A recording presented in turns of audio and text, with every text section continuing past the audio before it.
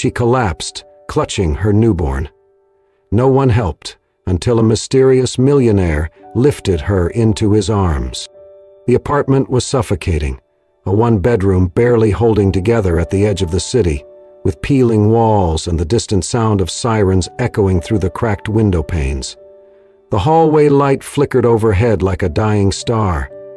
Lisa stood barefoot, cradling her newborn son, Luke, against her chest. Her hospital bracelet still clung to her wrist. She hadn't even been home for a full day. Jason stood by the door with his coat already on, his voice sharp and final. "You're not bringing that baby back into this house, Lisa. I'm done." Lisa blinked, stunned, arms tightening instinctively around her son. "Jason, what are you saying? He's your son. You were there when he was born." "I told you I wasn't ready for this," Jason snapped. "You think you can just throw your mess into my life and expect me to carry it?" Lisa's voice trembled. "I just gave birth. We don't have anywhere else to go. Please, he's only 3 days old." "I'm not responsible for you anymore," he said, opening the door. "Figure it out." Then he was gone. The door slammed shut behind him with a finality that made Luke flinch in her arms. By noon, she was outside. She'd packed a few diapers, a can of formula, a thin blanket, and a bottle into an old tote bag. Her phone was nearly dead. Her savings, what little remained, were in her sock, rolled into $20 bills. No plan, no destination, just Luke's small weight against her chest and the growing ache in her feet. She wandered through the streets of the city, stopping at diners, stores, even a car wash. "I'll do anything," she pleaded. "Clean, sort, sweep. I just need a few hours. I can work with him on me. I won't bother anyone." They all said no. Some were polite, some weren't. "You should be in a shelter," one woman said, not meeting her eyes. A man at a sandwich shop sneered. "Go back to whoever knocked you up." Each rejection chipped away at her until there was almost nothing left. By evening, Lisa hadn't eaten in 24 hours. Luke stirred in his wrap, his soft cries growing sharper. Her arms shook. Her lips were dry. The sounds of the city blurred around her. The honking horns, the chatter, the slam of subway grates. Her vision wavered. She crossed a busy street near Midtown. Skyscrapers loomed above, bathed in golden light from the sinking sun. Crowds bustled in every direction.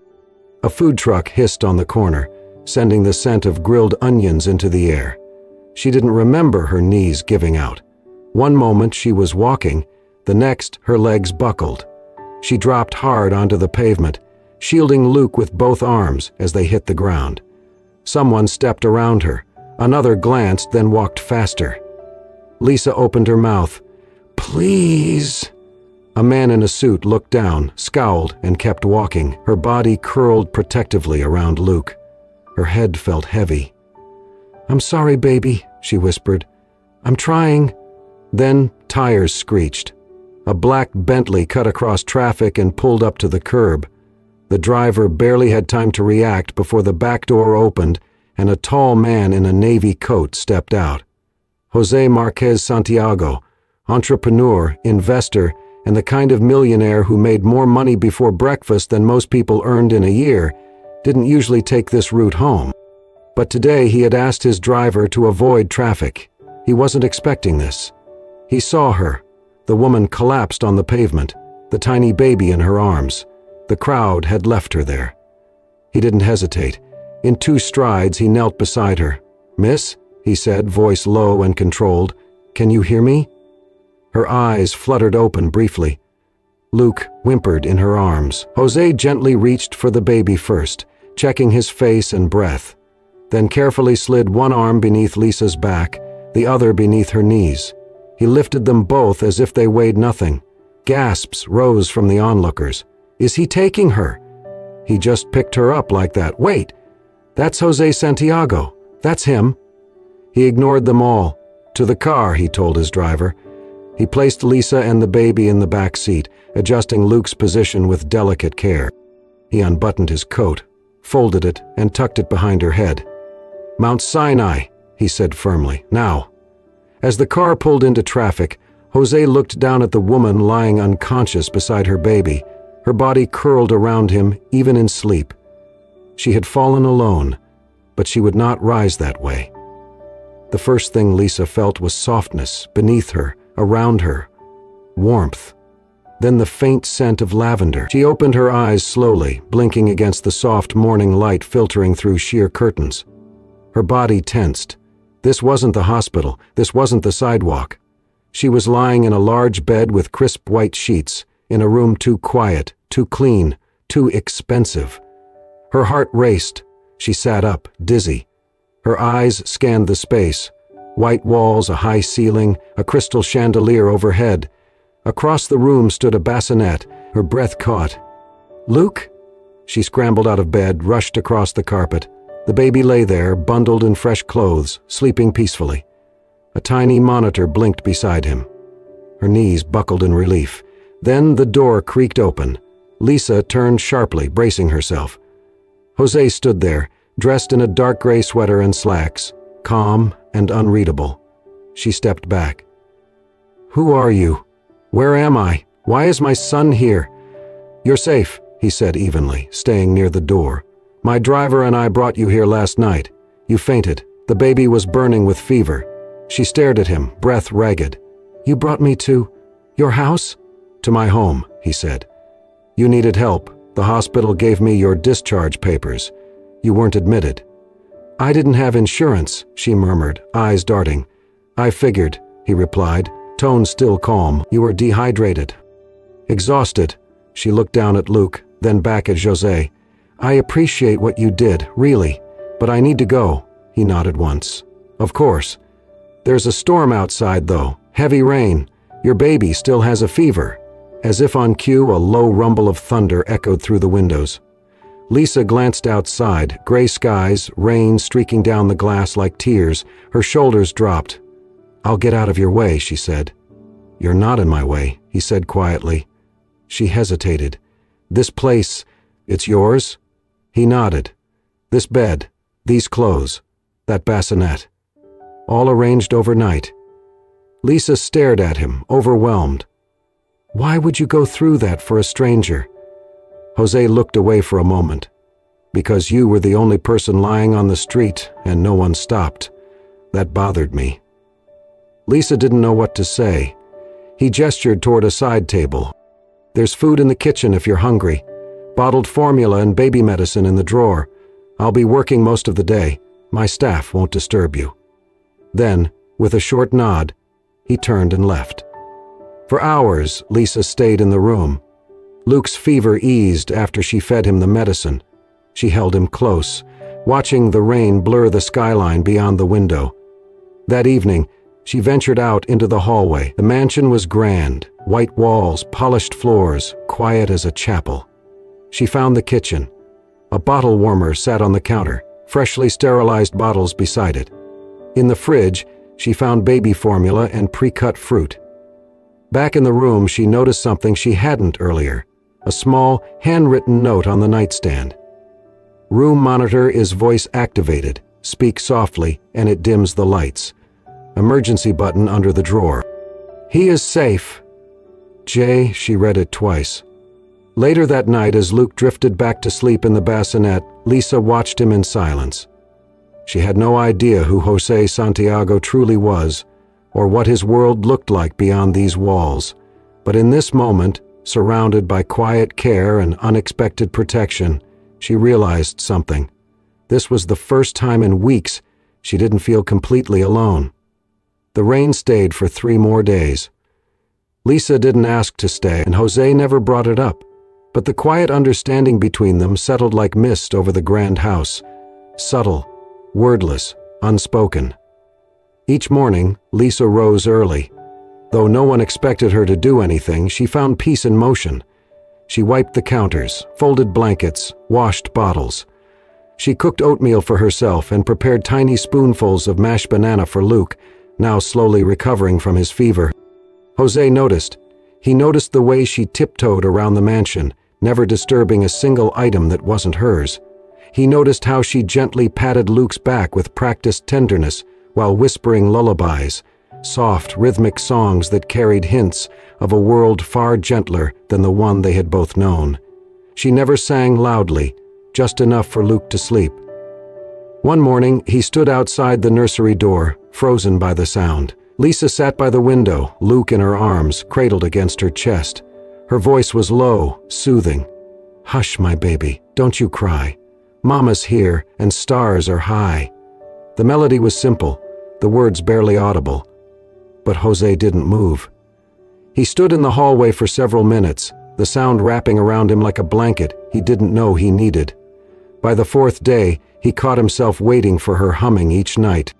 And by the fifth, he found himself lingering in places he didn't need to be, passing by the kitchen at just the right time to see her brushing crumbs from the counter, glancing into the sitting room to find Luke cooing while she played peekaboo with the hem of a dish towel. He never interrupted.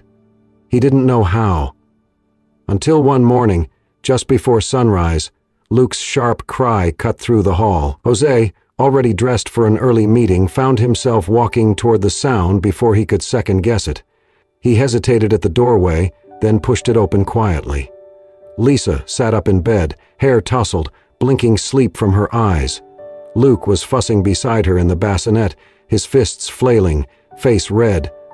Jose moved to the crib and reached down with caution. "I've got him," he said, voice low. Let me try." Lisa blinked again, then nodded, amused. Jose lifted Luke with both hands, holding him stiffly like a package marked fragile. The baby squirmed, wailed louder. "I think he hates me," Jose muttered. Lisa chuckled softly, reaching for a bottle. "He's just hungry, here." Jose tried to cradle the baby in one arm and take the bottle with the other. Luke kicked. Okay, Jose said, flustered. "I'm a CEO, not a baby whisperer." Lisa smiled as she took Luke back, rocking him gently while offering the bottle. Within seconds, the baby calmed. "You're doing fine," she said gently. Jose exhaled. "You make it look easy." "It's not," she said, eyes focused on her son, "but he's worth everything." Jose stood quietly for a moment, watching them. Something shifted in him, slow, quiet, but unmistakable. Later that evening, when Lisa returned to the room after giving Luke a bath, she found a package placed neatly beside her pillow, a bundle of newborn diapers. High quality, organic, and a folded note. She opened it with careful fingers. "You are not alone." No signature, but she knew. Lisa stared at the note for a long moment, then looked toward the hallway, where shadows danced just beyond the doorframe. She pressed the paper to her chest, and for the first time since her world fell apart, she let herself believe it. The morning sky was a gentle gray, soft and still.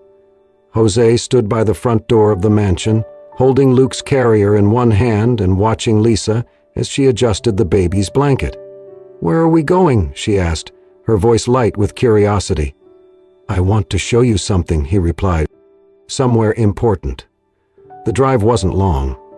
They passed through neighborhoods that shifted from polished to plain, high-rises giving way to small brick buildings. Eventually, the car pulled up in front of a modest community center with peeling paint and a crooked sign that read, "Hope Haven Foundation." Lisa stepped out slowly, eyes scanning the busy courtyard where children played tag and volunteers set up folding tables. "This is yours?" she asked, surprised. Jose nodded.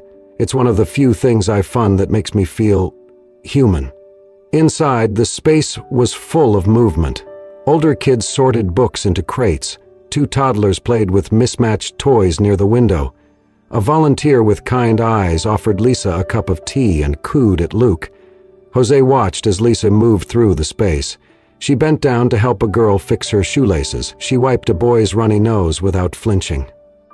She sat on the floor, bouncing Luke on her knee while telling a story to a group of children with wide, waiting eyes.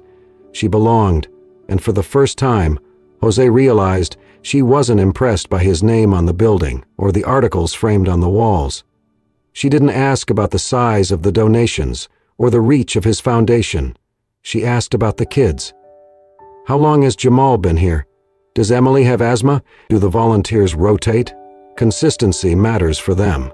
He found himself answering, following her as she asked questions no guest ever bothered to ask. "You don't see this as charity," he said, almost to himself. Lisa turned to him. "I see it as community. These kids don't need saviors. They need presents." Jose stared at her for a moment, caught off guard. Not by her words, but by the way she said them, like they came from somewhere deep and real. That afternoon, one of the staff mentioned it was a young boy's birthday, Milo, turning 9, quiet and shy, no family to speak of. Jose was ready to send someone out for a cake, but Lisa had a better idea. "Do you have flour, eggs?" she asked. "Let's bake it." An hour later, the small kitchen smelled like vanilla and chocolate. Lisa mixed, Luke strapped to her chest in a carrier, swaying as she worked. Jose cracked eggs, flour dusting his designer sleeves. They laughed when the batter splashed. Lisa smudged frosting on Jose's nose, and he didn't even flinch. That evening, they sang to Milo in a room full of clapping kids. The boy lit up like a lantern when Lisa handed him a gift-wrapped book, and Jose saw something shift in the boy's eyes, a flicker of trust, of being seen. Later, as they packed up, Jose leaned against the wall, watching Lisa clean icing off Luke's chin. "You're different," he said. She looked up. "Different how? You didn't ask what this place cost. You never looked at the plaque with my name on it." "I saw it," she said gently. But what mattered more were the fingerprints on the walls and the smiles in the room. Jose didn't reply, but in that moment, something in his guarded heart softened. He didn't know it yet, but Lisa had just walked into the one place he thought no one could reach anymore. The storm rolled in without warning. Gray clouds coiled low over the mansion like a tightening noose, thunder rumbling through the hills in deep, deliberate pulses. The wind bent the trees along the driveway, whispering warnings no one inside seemed to hear yet. Within the grand halls of the estate, the atmosphere was deceptively still. Firelight flickered gently in the sitting room, casting soft glows on polished wood and velvet. Jose sat by the hearth, a leather-bound book open in his lap but unread, his thoughts adrift, until the sharp, unmistakable staccato of stilettos echoed across the marble foyer. He looked up, brow furrowed. Karen Aldridge swept through the front entrance without knocking, her long tan coat impeccable despite the growing drizzle outside. Raindrops glistened like diamonds on the hem, but not a strand of her golden hair was out of place. Her presence alone chilled the room several degrees. It wasn't the weather. It was her. Karen? Jose stood slowly, surprised. "Jose," she said with a honeyed smile, stepping further into the room like she owned it. "I was in the neighborhood. Thought I'd stop by." He didn't respond immediately, his gaze drifting past her toward the baby blanket folded neatly over the couch. Her eyes followed the movement and narrowed. Faint cooing and the hum of a lullaby filtered through the hallway, a sound soft enough to seem unreal. Her smile faltered. Moments later, Lisa entered, her arms cradling Luke against her chest, rocking him gently. Her steps slowed as she took in the sight of the unfamiliar woman in the room. Karen's eyes narrowed. "Who is this?" Jose rose, voice even. "This is Lisa. She's staying here with her son." Lisa's voice, though quiet, carried calm strength. "Just until we find stability. We're not here to impose." Karen tilted her head with mock sweetness. "How generous of you, Jose." Lisa offered a polite nod and turned to step away, but Karen wasn't done. "You let her stay here with a baby?" she asked, tone laced with disdain. "Do you even know her past?" Jose didn't flinch, but he didn't answer either. Lisa paused. She didn't defend herself, not yet. She didn't need to. But something in her chest tightened. The hours that followed were tense. Karen lingered longer than necessary, always within earshot. Her words were sugary, her laugh controlled, but her eyes never left Lisa. She noticed the way Jose handed her a cup of tea, the way Lisa smiled down at Luke, and she hated it. That evening, just as the storm broke in full, it happened. One of the staff came rushing into the study. The display case in the east wing had been opened. A necklace was missing. A one-of-a-kind piece gifted to Jose by a royal client, kept under lock and constant surveillance. Except the camera outside the room had suddenly gone dark. Karen stood near the case, arms folded, lips pursed in calm satisfaction. "She's the only outsider here," she said, casting a glance at Lisa, who had just entered. Lisa froze. "I didn't even know this room existed." "How convenient," Karen murmured. "And the camera failing at that exact time?" Jose turned to the security team. "Who else entered the East Wing today?" "Only Karen and Ms. Lisa, sir, but the camera was disabled at 4:07 p.m. Someone did it manually." Lisa stepped forward, heart pounding. "Jose, you know I wouldn't steal from you." Jose's face betrayed nothing, but his silence spoke volumes. "I want to believe that," he said at last. "I really do, but you don't," Lisa whispered. He didn't respond. "I think," he said slowly, "it's best if you leave. Tonight." Lisa stared, stunned. "With my baby? In this storm?" "I'll send the driver," he said, avoiding her gaze. "Anywhere you want." She looked at him for a long, breathless moment, eyes glistening but dry. Then she nodded. "No need," she said. "We'll walk." "Lisa," he began, a flicker of regret flashing across his face, but she had already turned. She packed in silence, folding each small item with care. Luke slept soundly, unaware. Rain pounded the windows. Lisa kept her chin up as she walked down the long hallway one last time. No one followed. As she stepped into the rain, it soaked her within seconds. Her jacket clung to her back, her shoes splashed through cold puddles. She walked down the long driveway without looking back. Inside, from the second-floor window, Jose watched. He did not move, but something inside him cracked. He could feel it. Still, he had let her go. The rain had stopped by morning, but it left behind a cold, weighty silence that clung to the walls of the mansion like fog. Sunlight barely filtered through the tall windows, casting long, thin shadows across the floor. The air felt heavier than usual, as if the house itself was holding its breath. Jose hadn't slept. He sat alone in the study, still in yesterday's clothes, a stack of untouched reports fanned out across the desk before him. He hadn't read a word. His eyes remained locked on the surveillance system interface in front of him. Something about last night wouldn't let him rest, something in Lisa's eyes when she walked away, the way her voice cracked when she said nothing at all. He replayed it in his mind again and again. Karen's sudden reappearance, her constant watching, the conveniently timed camera failure, the necklace that went missing and the damning silence that followed, and Lisa, standing there holding her child, already carrying the weight of a world that had never made room for her. Jose leaned forward and opened the backup storage directory. Every security system he installed had a hidden redundancy. Karen, confident as ever, must have assumed that disabling the hallway camera was enough, but she didn't know he had insisted on a second layer, an internal feed that only he could access, buried behind layers of encrypted firewalls. He scrubbed through the footage. There it was, time-stamped, crystal clear. Karen, slipping into the east wing with a confident stride and something glinting in her hand. The camera caught every movement.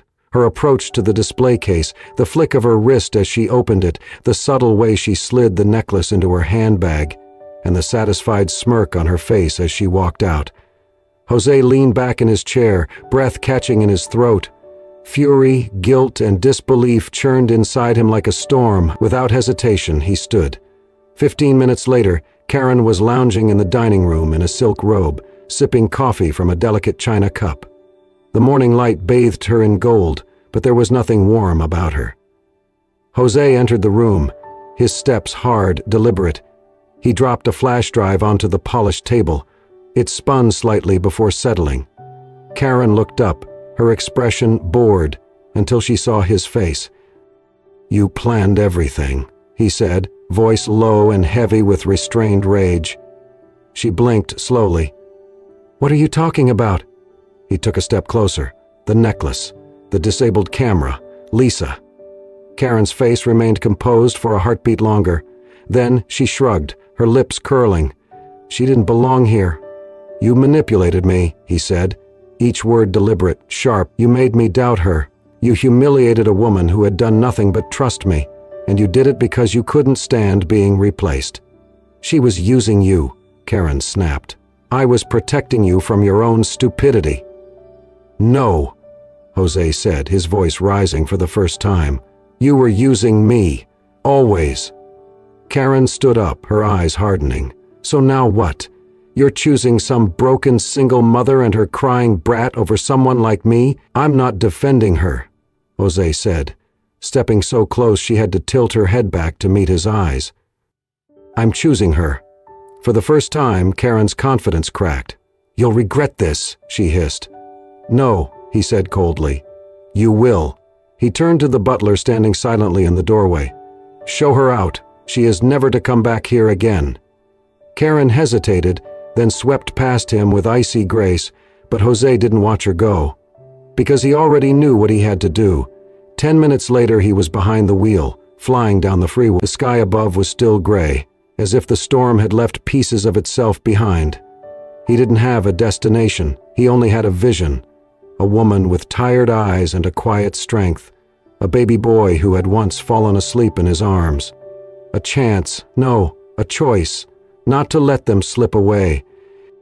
He stopped at every corner store, asked every motel clerk, peered into every sheltered dining hall, holding out Lisa's photo and a whispered hope. He didn't know how many hours passed, but he knew one thing. He would not stop. Not until he found her. The old church on 9th Street stood quiet against the gray sky, its worn stone walls darkened by the recent storm. The stained glass windows, chipped in corners and faded by time, still glowed faintly in the late afternoon light, casting soft beams of red, gold, and blue across the cracked wooden floor inside. In the dining hall below, the air was thick with the scent of warm broth and baked bread. The hum of conversation rose gently over the clatter of metal trays. The volunteers moved swiftly but kindly, offering second helpings with tired smiles and brief words of comfort to the line of people who had nowhere else to go. Lisa sat near the back, tucked into a quiet corner. A paper bowl of vegetable soup rested untouched in front of her.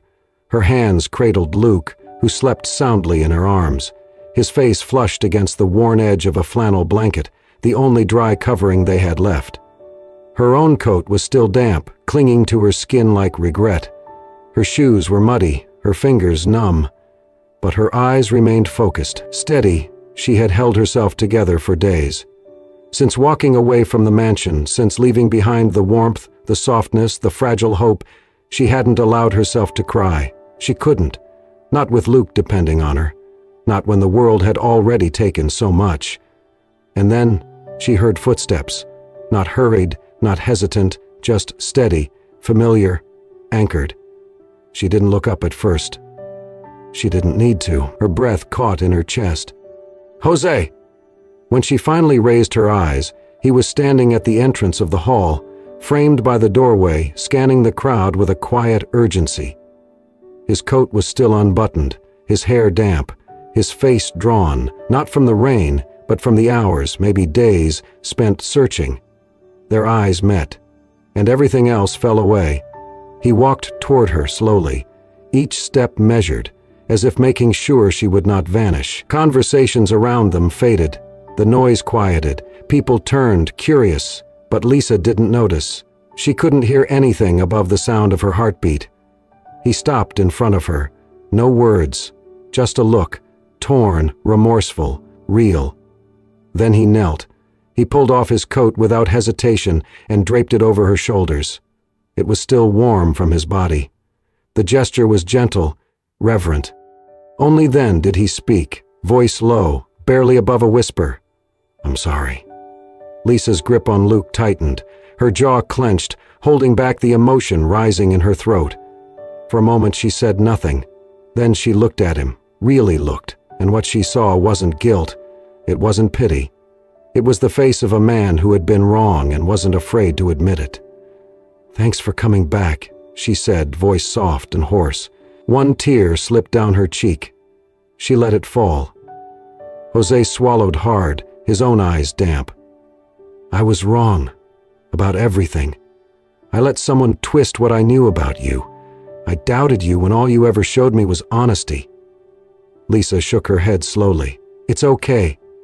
"No," he said firmly, emotion thickening his voice. "You and Luke deserved better than what I gave you." His eyes dropped to the sleeping child, then returned to hers. "I didn't come here to save you, Lisa," he said. "I don't want to rescue you. I just want to walk with you, wherever you go, however long it takes." She stared at him, heart pounding in her chest. There were no grand promises, no dramatic pleas, just truth, simple, steady, real. And somehow, it was more than enough. She reached for his hand. He took it, quietly.